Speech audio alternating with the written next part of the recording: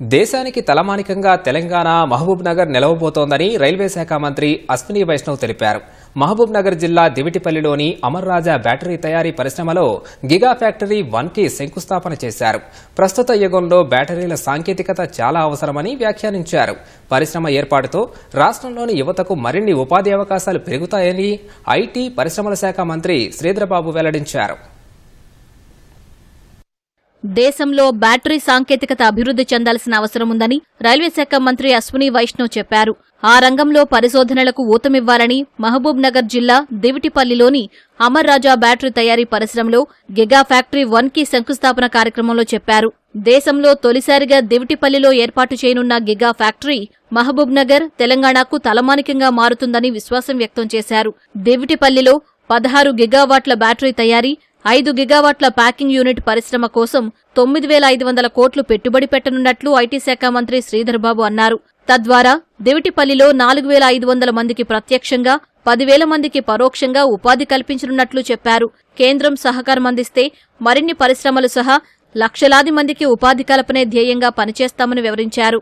जो battery technology है ये आज के युग में जैसे स्टील और केमिकल है वैसे ही बैटरी टेक्नोलॉजी उतनी ही इम्पोर्टेंट है.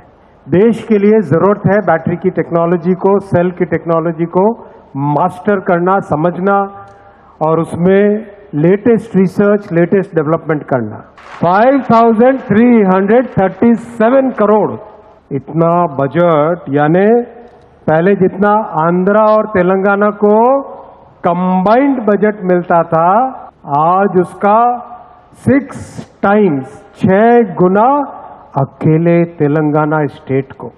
మా లక్ష్యం అంతా కూడా పెట్టుబడులు రావాలి, పరిశ్రమలు రావాలి, పరిశ్రమలకు సంబంధించిన పెట్టుబడులను ఆకర్షణ చేసి మీ అందరికీ ఉద్యోగాలు కల్పించాలనే ఒక ప్రధానమైన లక్ష్యంతోనే ముందుకు నడుస్తామని నేను మీ అందరికీ మనవి చేస్తూ, Telangana electric vehicle and energy storage policies, sir. We are going to come up, especially in terms of energy storage policies and annual. We have already come up with the Telangana Clean and Green Energy Policy of 2024. అంతకుముందు విమానాశ్రయంలో కేంద్ర మంత్రి అశ్విని వైష్ణవ్ కు మంత్రులు కోమటిరెడ్డి వెంకటరెడ్డి, సీతక్క, కొండా సురేఖ సాదర స్వాగతం పలికారు. కొత్తగూడెంలో త్వరలో విమానాశ్రయం ఏర్పాటు చేయనున్నట్లు మంత్రి కోమటిరెడ్డి తెలిపారు. ఆ అంశంపై కేంద్రంతో చర్చిస్తున్నామన్న ఆయన 3 నెలల్లో అనుమతి వచ్చే అవకాశం ఉందన్నారు. పెండింగ్లో ఉన్న రైల్వే ప్రాజెక్టులపై కేంద్ర మంత్రికి వినతి పత్రాలు అందించారు. కాజీపేట డివిజన్ ఏర్పాటు సహా కొత్త రైల్వే లైన్లు మంజూరు చేయాలని కేంద్ర మంత్రిని కోరినట్లు కోమటిరెడ్డి వెల్లడించారు.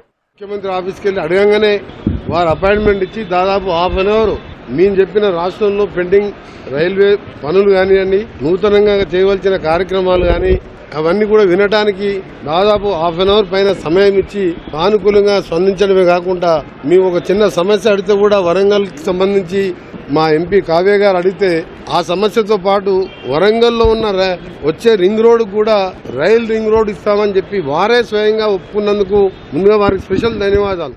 కేంద్ర రైల్వే శాఖ మంత్రి అశ్విని వైష్ణవ్కి రాష్ట్ర రవాణా శాఖ మంత్రి పొన్నం ప్రభాకర్ లేఖ రాశారు. తిరుమల శ్రీ వెంకటేశ్వర స్వామిని దర్శించుకునే భక్తులు ఉత్తర తెలంగాణ నుంచి ఎక్కువగా వెళుతూ ఉంటారని, ప్రయాణికుల సమస్యలు తొలగించి కరీంనగర్ నుంచి తిరుపతికి నిత్యం రైలును నడిపించాలని మంత్రి పొన్నం ప్రభాకర్ విజ్ఞప్తి చేశారు.